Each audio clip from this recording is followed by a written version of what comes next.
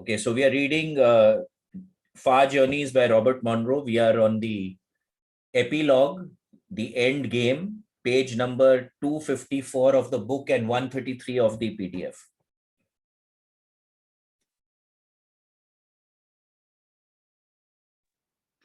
Prime energy diffusion. Consider with what we call emotion in all forms to be unknowing expressions of our prime energy drive, or the creative force inherent in each of us. There are no exceptions. Included are joy, sadness, anger, happiness, hate, friendship, nostalgia, possessiveness, loyalty, ego, greed, guilt, fun, worry, anxiety, among others. Add a few not ordinarily regarded as such: curiosity, ideas, equality, hope, loneliness. And of course, love is a non ordinary connotation. So ultimately, when you look at it, what is the biggest drive that we have? It is always the emotions. All our joys or emotions can take us up, emotions can take us down. That is what the resilience grid is all about. And that's what we are going to be talking about in the 17th program also. The resilience advantage program is all about managing emotions, right? And emotions are our primary drivers. It drives everything in our lives. And at the end of the day, when we are looking at expanding states of consciousness from the Monroe process, what are we attempting to do? We are attempting to actually create equanimity within ourselves, to create harmony within ourselves. And how do we do that? By balancing our emotions, where the emotions don't take us too high and the emotions don't take us too low. And the trick associated with it is to is basically that we remain in equanimity. We remove our attachment to things. Whenever we are attached, it creates emotions that we have and which results in karma. So any action without any emotion attached will not create karma at the end of the day. So ultimately, what is the prime driving force that we have?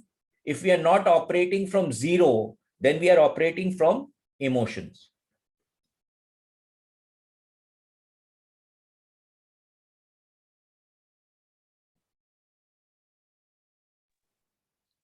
In this context, emotion is the key and driving force underlying every thought and action in human existence. The concept of unemotionalism is an illusion. Even the most extreme objectivity covers carefully an emotional agenda. Rationality and emotion go hand in hand when traced back to the source. If a human being is the product of a creative force, then being human is totally an emotional expression of such energy. So we even read, in our physical book reading, we read a book called Emotional Intelligence. That previously there was something called IQ. That was your intelligence quotient. Then they came to a figure that intelligence is not everything. Your emotional quotient is also very important. I know a lot of things, right? But if I'm in a situation and I am not able to handle my emotional state of consciousness, then my intelligence is not going to help at all. Okay, I will not be able to do what I need to do because my intelligence, I will not be able to access my intelligence or my knowledge if I'm emotionally upset. Okay, so over here, very clearly it says that to become, emotions are what is driving us at the end of the day. They've also said, there was an example in that book where he said that suppose a CEO is interviewing 2 or 3 candidates for employment. Now, 2 candidates are basically, they have basically the same qualification, the same experience, the same everything. Who is the CEO going to choose to hire? At the end of it, it will always boil down to a feeling or an emotion that which guy is better. And many times our emotions will, or what we are feeling, will supersede even our intellect, right? Because that is the ultimate and the bottom line driving force that we have.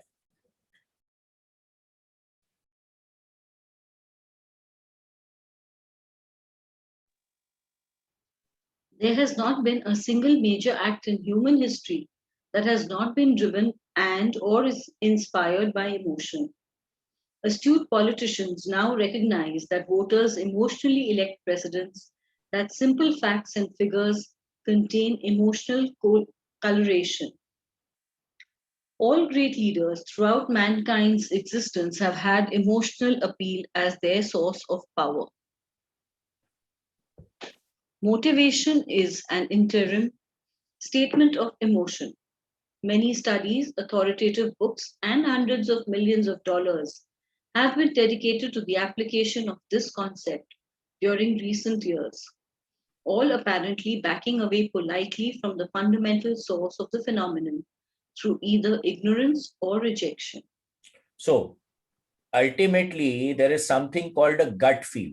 So all CEOs, you will find that they depend a lot on their intuitions, and intuitions are connected with the uh, they are connected with the emotions. They are not connected with the intellect.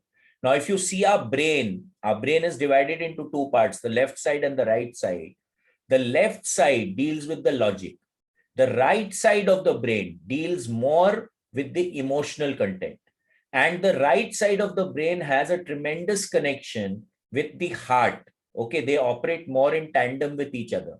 And it is a given fact, which we are going to discuss again on the 17th, that the heart actually sends more information to the brain than the brain sends to the heart. And the heart is considered to be the emotional center where we feel things. It's also a fact that the kind of information, the reach, the reach or the sensitivity that the heart has to garner information from the field surpasses what the brain can do. So if the heart is getting more information, then the probability of it being right most of the time again gets enhanced. And that is where that inner voice also starts to come from. There was a talk by the gentleman who has actually created biogeometry, Dr. Ibrahim Karim, yesterday. So he was talking that the heart is connected to the right side of the brain. And he was talking about a part over here which is more connected. Then he said that the pineal gland is connected with the heart. And he also said that inside the ear, inside that circular, that cornea, which I don't know what it's called, the cornea or whatever, which allows us to hear, that area is Cochlea. the cochlea, right? The cochlea is also connected to the heart, right? So when we say that we've heard a whisper, we've heard an inner voice telling us to do something, where is that coming from? It is coming from the heart at the end of it. That's what he was actually saying yesterday, which makes sense according to me.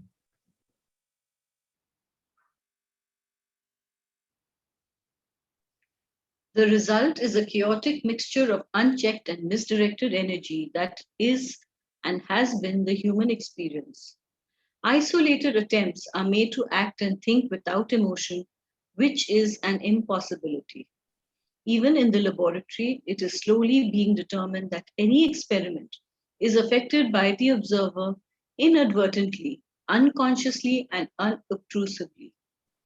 Thus, absolute replication can occur only under identical ambience. Again, an impossibility, considering the flickering thought emotional patterns of the observer experimenter. For a simple test, try recording each and every thought and emotion you have expressed during the past 1 minute. Then attempt the same recall for a minute 1 hour ago. So what they So what they are saying over here is that the presence of an observer during an experiment will affect the experiment. So when we go into quantum mechanics, the thoughts that a person is having will affect the experiment. And we can never have the same thought repeated over and over again. How much ever we think, it is impossible. So whatever we are, we actually create our presence with our thoughts, right? That's why that stilling of the mind, stilling of the monkey mind, to be able to connect to the source becomes so important, right? So over here, very clearly is saying that even in the lab, and it's slowly being determined that any experiment is affected by the observer inadvertently, unconsciously, or even unobtrusively. That means just the presence of a person will shift the experiment.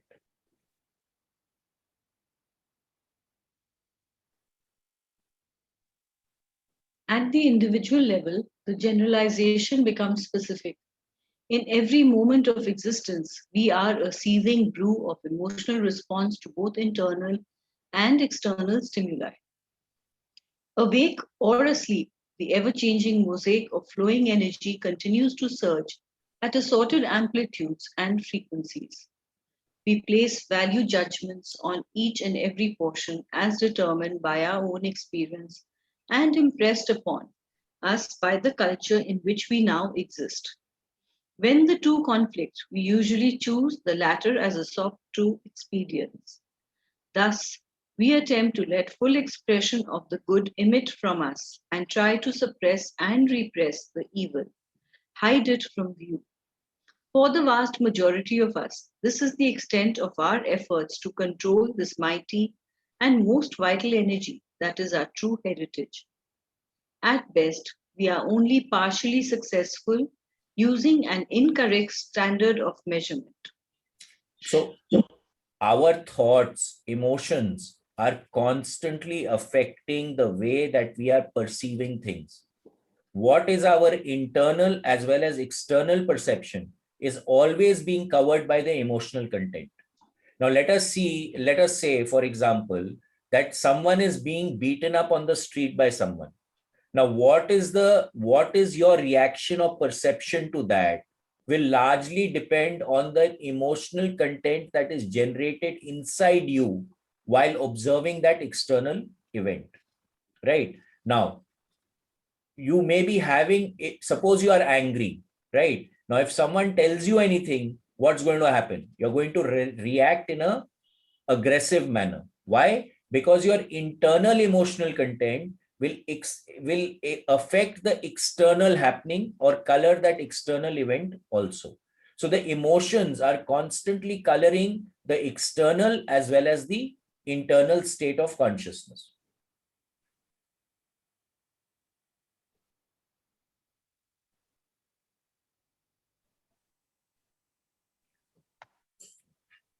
Just 1 second. We make decisions in blind anger and resent the results. We hope and become disappointed. We laugh in joy and become depressed when the moment fades. We hate when a person, place, or thing does not fit or meet our concept or what is ought to be. We were mistaken. The list is endless. And we keep trying because we can't help ourselves and we don't know any better. We ride the waves of our emotions through the peaks and the valleys until some of us become cynics, neatly neglecting the obvious that cynicism is itself an emotion. The mess gets messier when we do perceive that effective and achieving left brain decisions are made, ultimately by some emotional factor, hidden and disguised as it may be. This propounds the old can't live with it, can't live without it syndrome.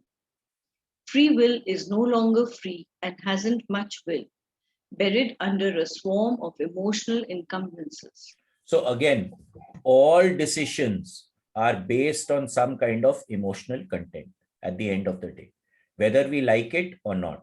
So the more of a tab we have on our emotional experience, the better off we are. By far, the largest accumulated heavy load is the emotional mass loosely held as the human ego, originally a probable sprout from the survival imprint. It requires and consumes constantly immense amounts of reinforcing emotional patterns, all of which are by their very nature distorted and distorting. Ego exploits the concept that it is needed to exist and achieve, that the emotion of confidence cannot exist without ego support, that happiness is satiated ego.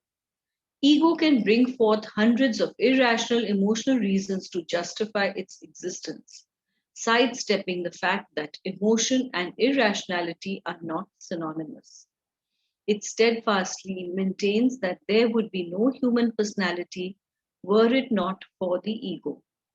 So where does the ego exist? The ego exists in duality, because the ego creates separation. The ego says that I am better than the other guy, right?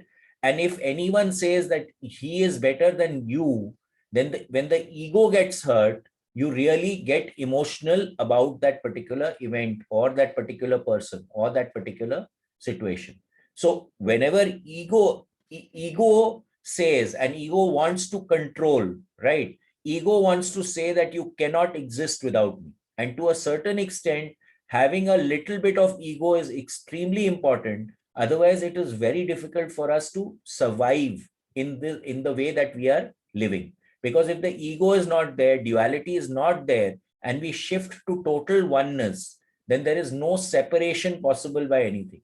So that's a stage of nirvikal samadhi, where you are absolutely in connection with everything that there is. So there is no distinction between you and the table, or you and the fly, or you and another human being, which the stage of growth or spiritual or consciousness evolution that we are in, we are a little far from that. That's why a little bit of ego is definitely important. But if it becomes too big, the ego, then it results in lots of problems for us.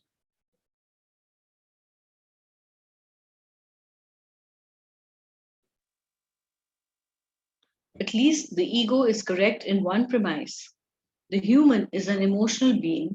It's simply a question of utilization, of application. So we know that we are emotional beings, right? But the point is to manage that emotion in a way that it serves us rather than it serving itself. So we want the ego to serve us, not we serving the ego. The epoxy that locks the whole heavy load onto the unit and makes orbit decay inevitable. The heavy preponderance of such emotions are directly related or attached to time, space, physical matter, earth events, things, and relationships. As such, they are not applicable or nor can they exist in any reality other than their point of origin.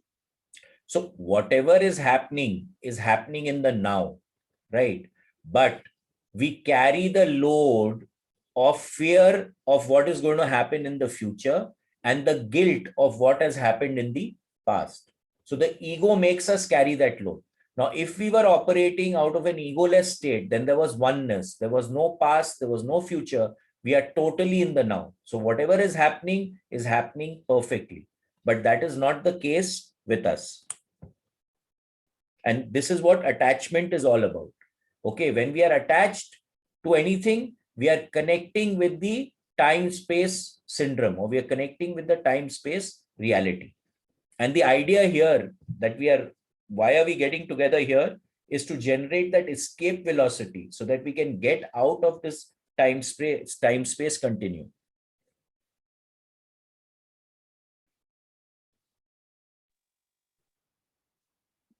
There is one exception. It is the only clear and accurate representation of the original prime energy and cannot be generated at will. It is a synthesis of other emotional thoughts and action brought into expression and thenceforth indestructible. Most important, it is not peculiar to the time space continuum, and the existence of it is not contingent upon such environments. As such, it is not part of the load factor. Instead, it is the source of power to obtain liftoff, reach orbit, and establish escape velocity. So this is beautifully expressed, and it is exactly what the Gita, or all these scriptures that we are talking about, are also saying. We are doing the Ashtavarka Gita and it says exactly the same thing, right? So he says, it is not peculiar to the time-space continuum, and its existence is not contingent upon such an environment. So what does it mean? That this thing or this particular energy is not dependent on time-space continuum, but the time-space continuum is a subset of that energy. So when we connect into that energy, then we get the escape velocity to get out of this time-space continuum, which is what we are working on. So Nagarji keeps saying that अपना काम यहाँ पे क्या है? जागो और भागो, right? So what does that mean? Become aware of what is happening and do what is necessary to get out of this system, which is exactly what he is saying over here. So it's not a load factor. That primal energy is not a load factor. Instead, it is the source and power to obtain liftoff. So when we connect into that source and we become one with that source, we get out of this time-space continuum.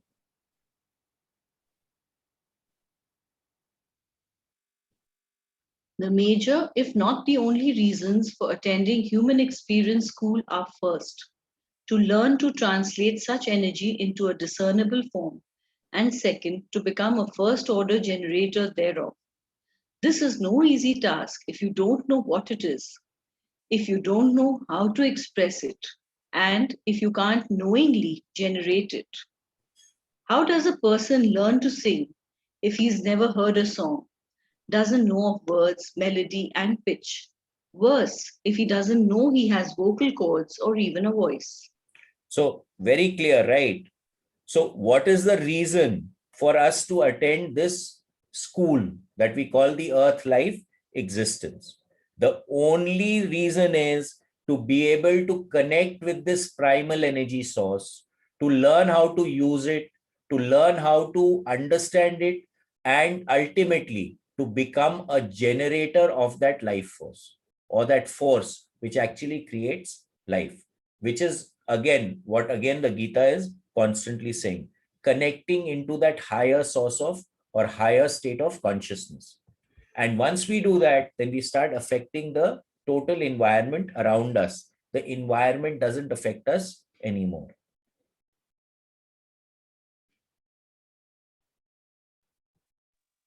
Clues may lie in the common mislabeling and misconstruing of emotions akin to, but definitely not the same. To avoid confusion, call it super love, SL. Knowing the difference is the key, as the ident love has been used so broadly as to have lost any significant meaning. Try this crude overlay for starters. SL is indestructible, as stated. Once activated, no subsequent thought, emotion, or event can have any effect upon it. Superlove is not in any way dependent upon manifestation in physical matter or activity therein. SL has no object, animate or inanimate, although such may be one of the catalysts to trigger the generation thereof. Superlove is a continuous radiation, totally non-dependent upon like reception or any other form of return whatsoever. Superlove is. So there's a very big difference between that all-encompassing love and the kind of love that we talk about, right? When a boy and a girl are, they say you've fallen in love, what it means, it may be an infatuation and it is not a permanent thing, right? When you go into super love, a person who is transcendented or a self-realized person will love everyone equally. There is not going to be any distinction in the love that he will profess for people, for things, for objects. It just doesn't matter. Whatever the other guy may do, your love is not going to diminish for that particular person because you are in that higher state of consciousness of love, not in the normal state of consciousness of love that we are talking about. And once you get into that self-realized state or you connect with that super love, then you're not going to come down. Okay. Now, someone who has passed class 2 and has graduated to class 3 is not going to go back to class 2 to again study what has happened in class 2. You've already gone up. You've got graduated to class 3. Now you're going to go upwards. You're not going to come down again. So once super love is activated, it will not be shut down. That will become your state of consciousness, your state of awareness from where you actually start operating. A very complex and rugged curriculum, this human school of compressed learning. Paris Island at its peak was a tea time social by comparison. There, at least, you had a reasonably clear idea of what you were doing and your probable destination. Knowing this, it was worth it. So naturally, when we are coming into the Earth Life School, we come from a conscious awareness of that. And then when we come here, we become consciously aware like that. So there's a big difference between what we actually know and what we are aware of, right? Now, naturally, if you're not aware of something, then you cannot deal with it. So again, in all the programs that we are doing in awareness, what are we attempting to do? We are attempting to expand this awareness so that we can connect to this bigger awareness at the end of the day. That's the game that we are playing.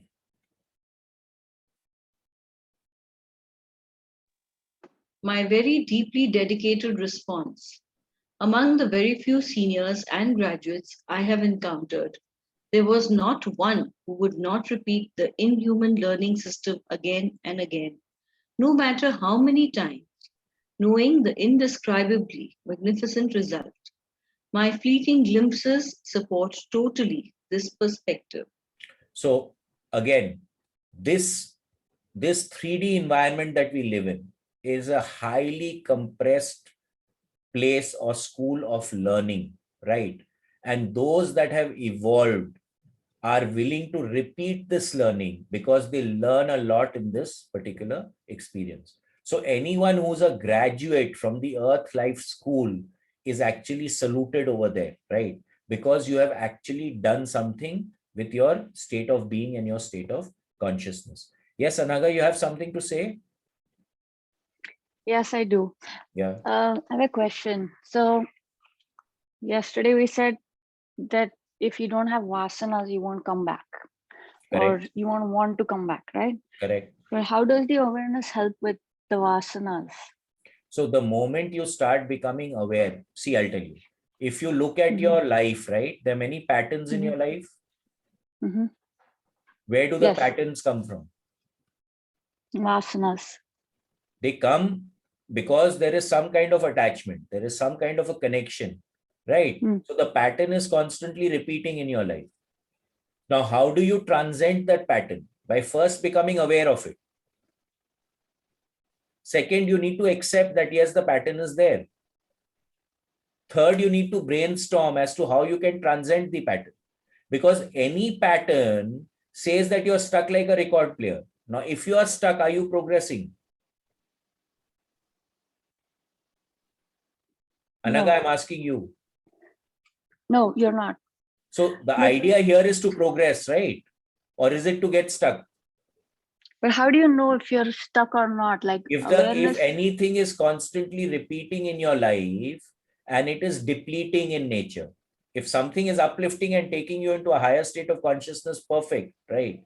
But anything which is depleting you and constantly getting you stuck, which is taking you into the left side of the grid, which we are going to talk about in the resilience advantage. We've spoken about the grid previously, where it's putting you in the left side of the grid. Is it worth having in your life? Okay, got it. You get that? So once you get it, then you can transcend it, right? And any pattern is connected with your vasanas. So the more patterns you remove out of your life, the more attachments you get out of your system, the better off you are. What is it that that's triggers? my question. Like, how do you say, okay, pattern, I got it, depleting energy, I got, but this attachment, how do you remove that? So for example, by I am aware. not being not having there's no harm in having an attachment. But if it comes with emotional content, that is where the problem comes. Now, let's say a child is attached to the mother or the mother is attached to the child. Correct. And so at what level is the mother attached to the child? If the child sits, the mother gets affected. There's a bacteria over there. Whatever is being cooked for the child, the mother is super careful about it, right? Now, what is happening? The mother is not allowing the child to function on its own. There is so much of attachment that the mother won't let the child grow only. Okay, now how does she take that attachment out? She's aware. So Let's she say needs she's to aware. allow, right, the child to experience things on its own, make the mistakes. For example, this is just an example. For example, I used to have this Swiss knife. It was a red knife. All of you know what a Swiss knife is, right? I used to have it. And one time I lost that one Swiss knife. And let me tell you, I went berserk. I had so much of attachment to that Swiss knife that I literally went berserk. I went mad. Okay. Then what happened was that I acquired another Swiss knife. But I learned from that previous lesson. So I enjoyed using the Swiss knife, right? But I did not get overly attached to it. So whenever I lost it also, I said, okay, if it's meant to come back, it will come back. And let me tell you, I must have lost that Swiss knife at least 5 or 6 times. And every time I found it back. There is this book, The Secret Life of Inanimate Objects, right? Now, if I have too much of attachment to something, it also creates a problem. So the idea is to be able to use something, be attached, but with detachment. That's the game that we need to play. So yesterday you were mentioning there was this, I forget his name. There was some rishi who detached himself from everything, but he found something in the water and he got attached to it again. Yeah, exactly. But he detached means, what did he do? Like, did he say, I don't like this? So he had finished his vasanas, right? Now he was about to transcend and he was having a bath in that river. And a small deer, a deer child, came floating down the river and landed up in his hand.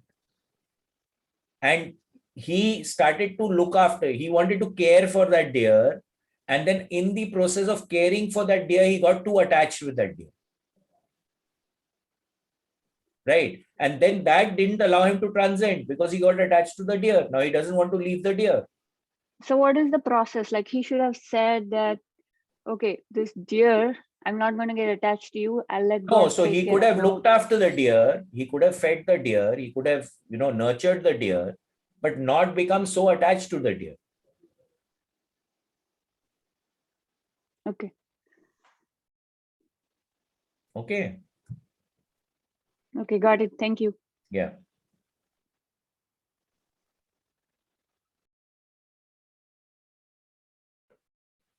Shivangla? My very deeply dedicated response among the very few seniors and graduates I have encountered.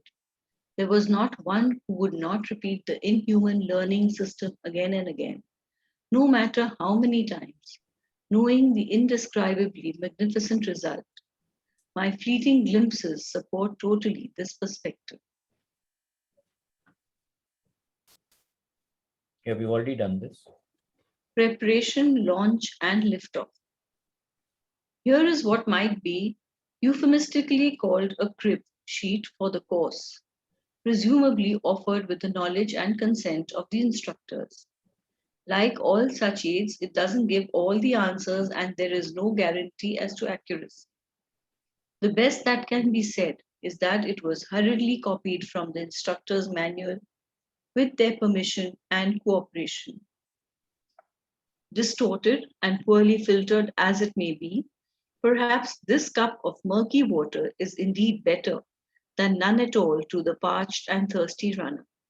At least it's water and it may help cross the finish line jogging lightly and happily.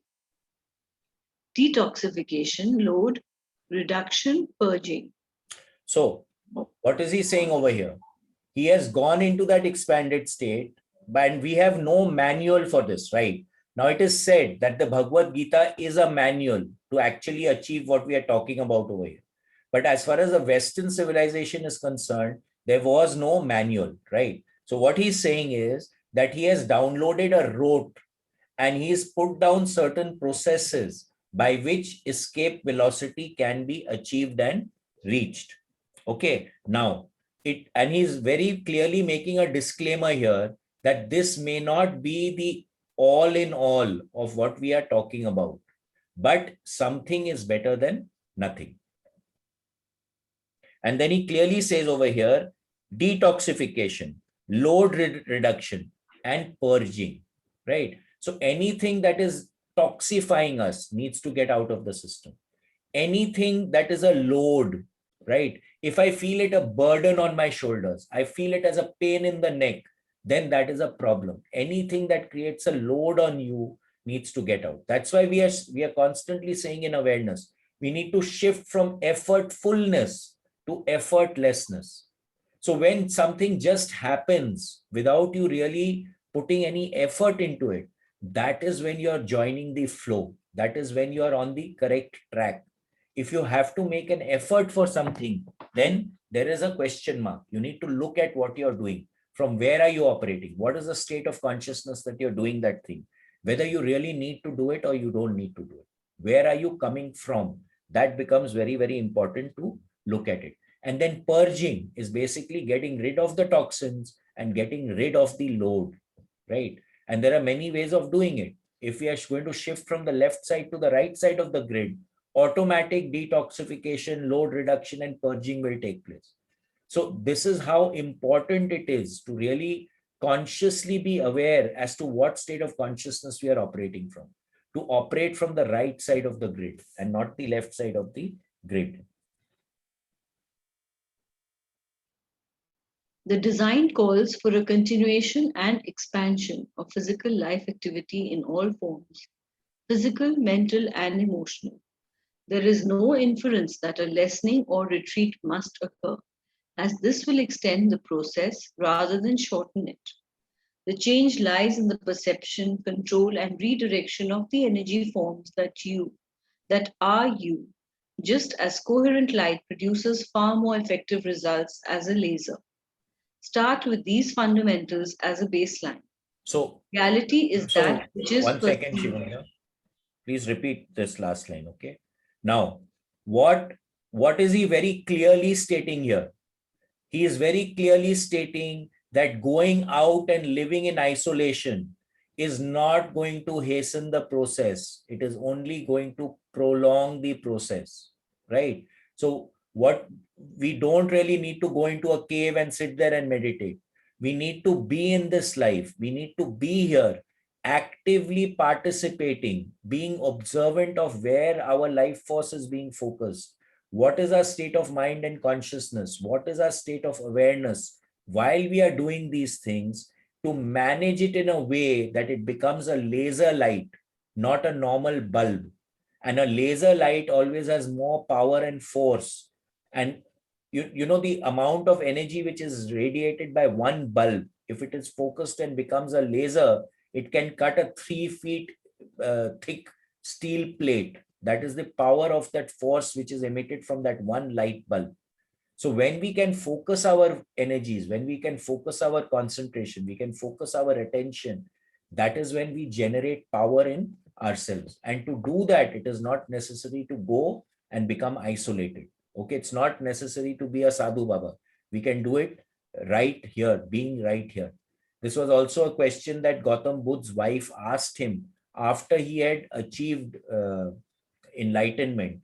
And that was a single question she asked him, that could you not have done the same thing while living in the palace? And his response to her was that, yes, I could have.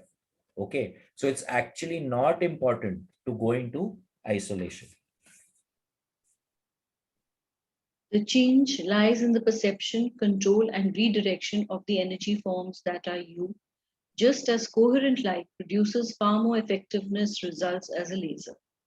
Start with these fundamentals as a baseline. Reality is that which is perceived. As a participant in time-space, you perceive it and it is a reality to you.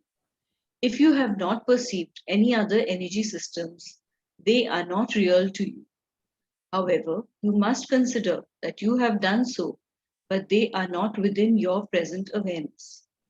It then becomes simply a matter of remembering energy does not 1 exist second. until expressed. Shivangla, repeat the italics line. Okay. Now, so what is he saying over here? Very clearly, right? Our perception is limited. Now, what we are not perceiving doesn't mean that it does not exist. So now if you see the electromagnetic spectrum is like that. But what are we able to perceive? We are only able to perceive so much. So now we constantly say that in the workshops that the human ear can hear sounds from 20 hertz to 20,000 hertz, right? But it does not mean that sounds below that and above that do not exist. Today, bats can hear the dog whistle. Many of you may have dogs. A dog whistle we can't hear with our human ears, but the dogs can hear it, right? The bats can hear more than the dogs. The dolphins can hear even more than the bats. So our perception is limited. Yesterday, again, in the talk that Dr. Ibrahim Karim was giving, he said that we are multi-dimensional beings. We live in this 3D dimension, but we actually exist in all the dimensions simultaneously. It's just that our conscious awareness is not aware of those dimensions. So what are we here from again? To increase our perception so that we can perceive more. Another very nice example is that frequency, right? I keep using this example again in the workshops also. When we had the pehle ka original Doordarshan jo hota tha, there used to be two channels playing, right? एक का sound आ रहा है, एक का picture आ रहा है. Now what was happening? We were not, if you needed to adjust it, then there's something called fine tuning. You had to tune into that particular channel. So our bandwidth is actually here, but what are we aware of is over here. So we need to increase our perceptions. So over here, he says clearly, it then becomes simply a matter of remembering. So we actually know that, but we don't remember that. We need to expand into that expanded state to be able to remember it again.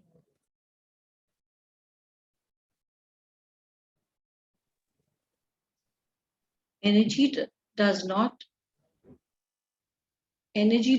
exist until expressed. Just 1 second, Shivangla. Okay, sure.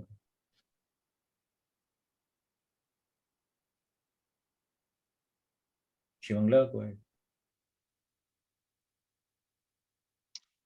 Energy does not exist until expressed. We are expressions of energy. The energy that we transform or generate has no reality until we express it. An idea has no reality until we transmit it or put it into practice.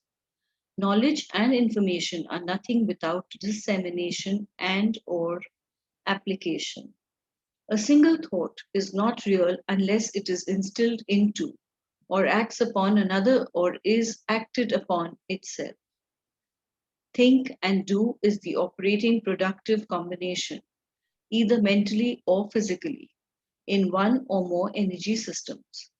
Inhibit, restrain, or block the flow of any such energy, and it ceases to exist. So there is a saying when we do remote viewing, if it is not on the sheet, it is not there, right? So you're given a remote viewing target and you get a perception of something, but you don't put it on the sheet, then it does not count. Later on, when you see the target picture or whatever, and you say, I thought about this.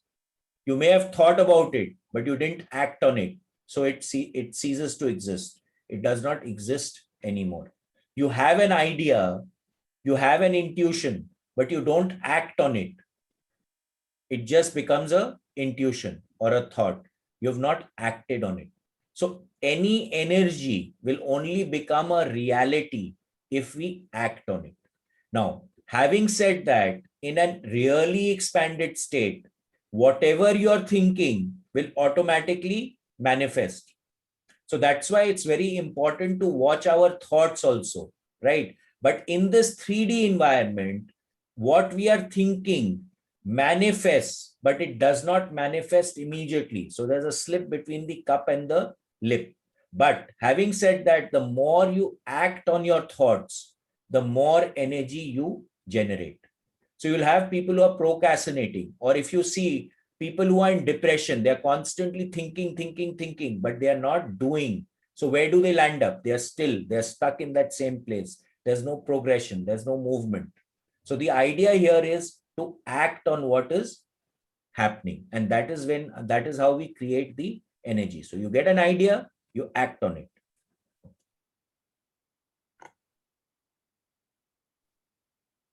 Energy focused is exponential. Just as a lens can concentrate solar radiation to a temperature many times greater than normal, so other energies can be transformed and modified. This is particularly valid within the energy spectrum available to human consciousness. The fact that we exercise them randomly and unknowingly for the most part, specifically in the non physical categories, does not invalidate such potential. So our thoughts also have energy. If our thoughts are focused, they become laser like, and then the manifestation starts to take place. But if we have random thoughts, right, one thought is pulling us in the left direction, the other thought is pulling us in the right direction, then we are reaching nowhere, right? Now a guy is thinking, I want to become a multimillionaire.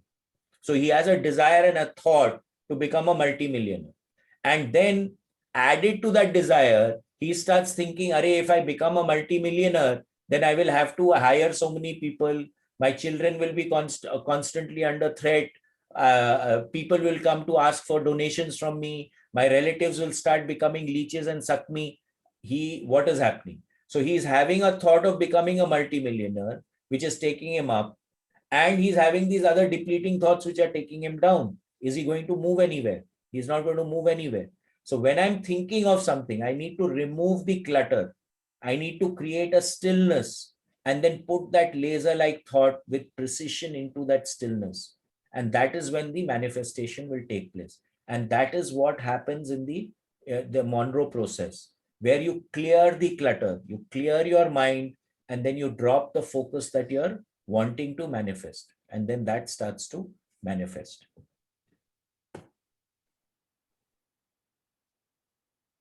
Consciousness is focused energy. In particular, human consciousness is widely focused into time, space, physical matter. This is not the totality of energy consciousness involved, as other forms of the same consciousness are active concurrently in divergent systems of reality. Two inferences may be drawn from such multiplicity. The human aspect can be adjusted in focus to a much more concentrated point, offering potentials of power and action too immense and unfathomable to be considered lightly. Second, the other, non human forms of the same energy system might be drawn upon if the need arises. So we are living in multiple realities, right? We were seeing in Fringe also, when we were watching Fringe, that there are multiple realities. Now, we are existing in all these multiple realities. And if we can focus our attention, then we can draw energy from these energy systems also to power what we are doing over here. So that is where that equanimity within and without starts to play a part, to be able to harness this extra energy and to manifest it, right? That's why Rishi Munis, who actually could do it, if they said something, it used to manifest. Why? Because they had access to these other energy systems. That Shah Rukh Khan movie, that I don't know if does anyone remember that dialogue, that पूरा कायनात लग जाता है तुम्हारा desire को complete करने के लिए, or something like that. I have to find that movie again. I do not. Does anyone remember which movie that was? It's actually from the Quran, the dialogue. It's Om Shanti. Om Shanti. Yeah, Om Shanti.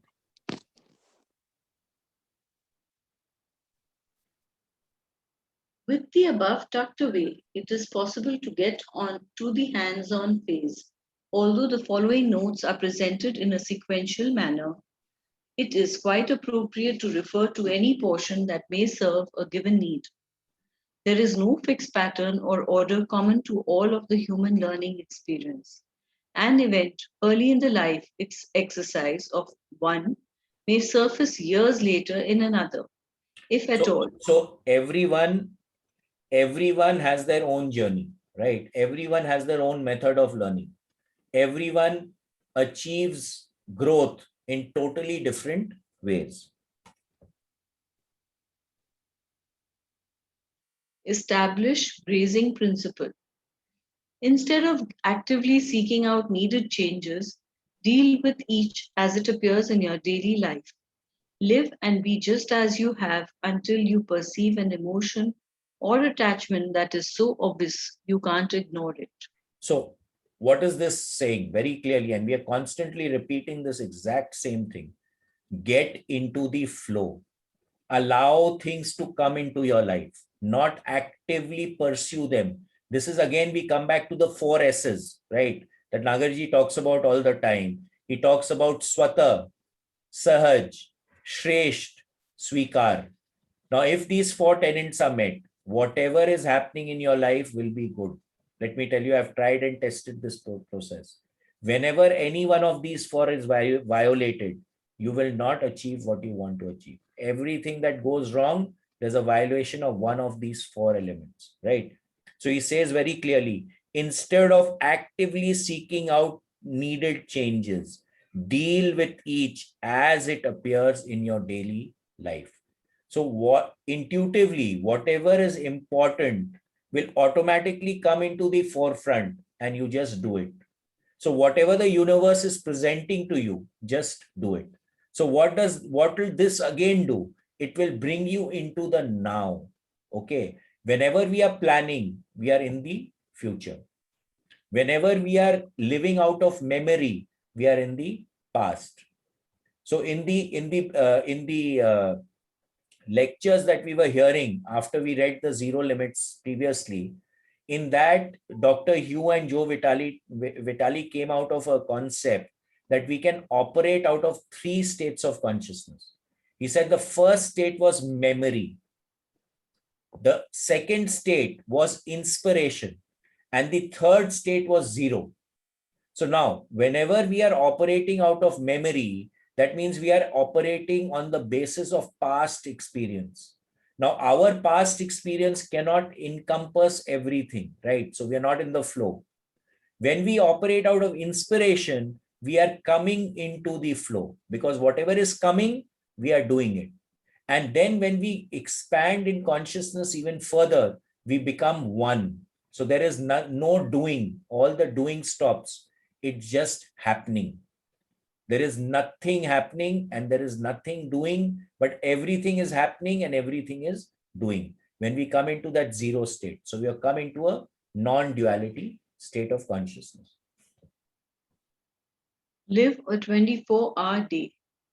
Become aware of what you do and think at all times, in all activities, and examine the emotional factors that appear to be the strongest, that attract your attention.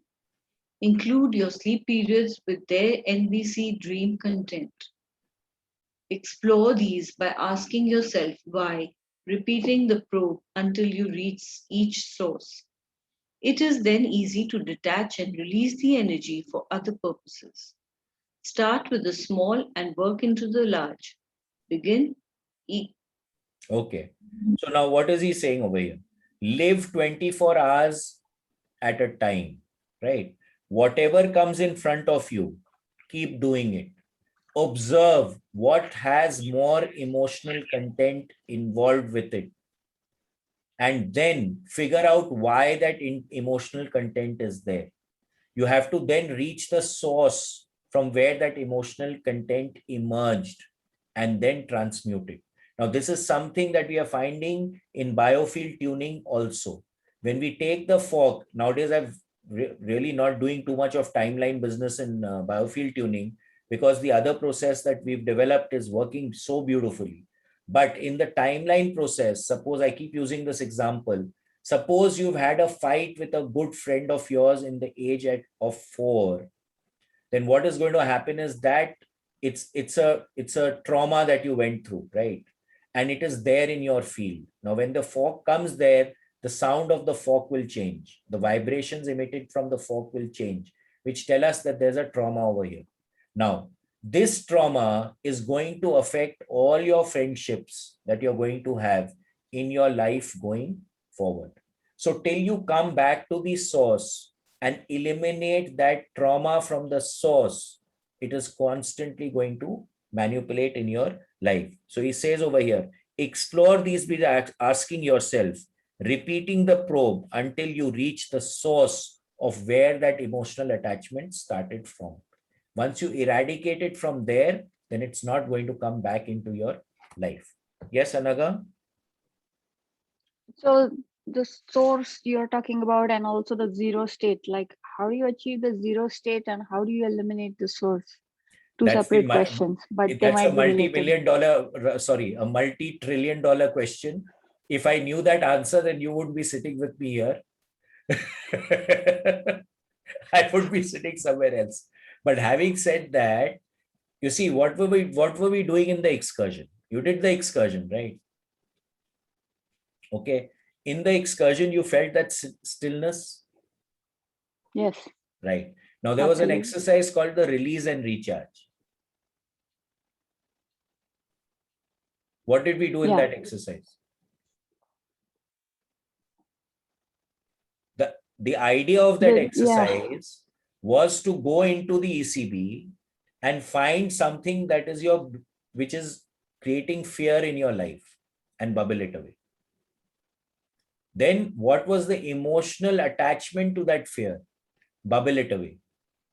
And reintegrate that pure energy which was stuck by accessing the incident which resulted in the fear coming into your life. Do you remember that? Yes. Okay. Right. Got that So we one. were Yes. in the release and recharge exercise, we were doing exactly this.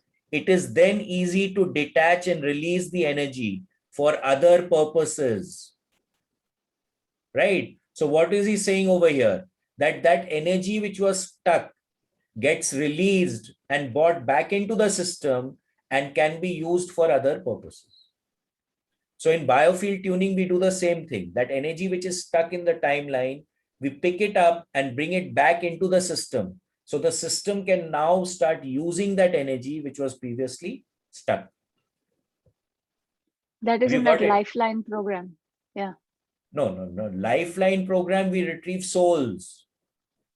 What we are talking about is your life. What is stuck in your field? What is stuck in your emotional content? What is making you getting stuck over here? What is it that is creating attachments for you here? The more you release that stuff which is holding you back, the better escape velocity you start to generate. Okay. Got it. Okay. Yeah. Thank you.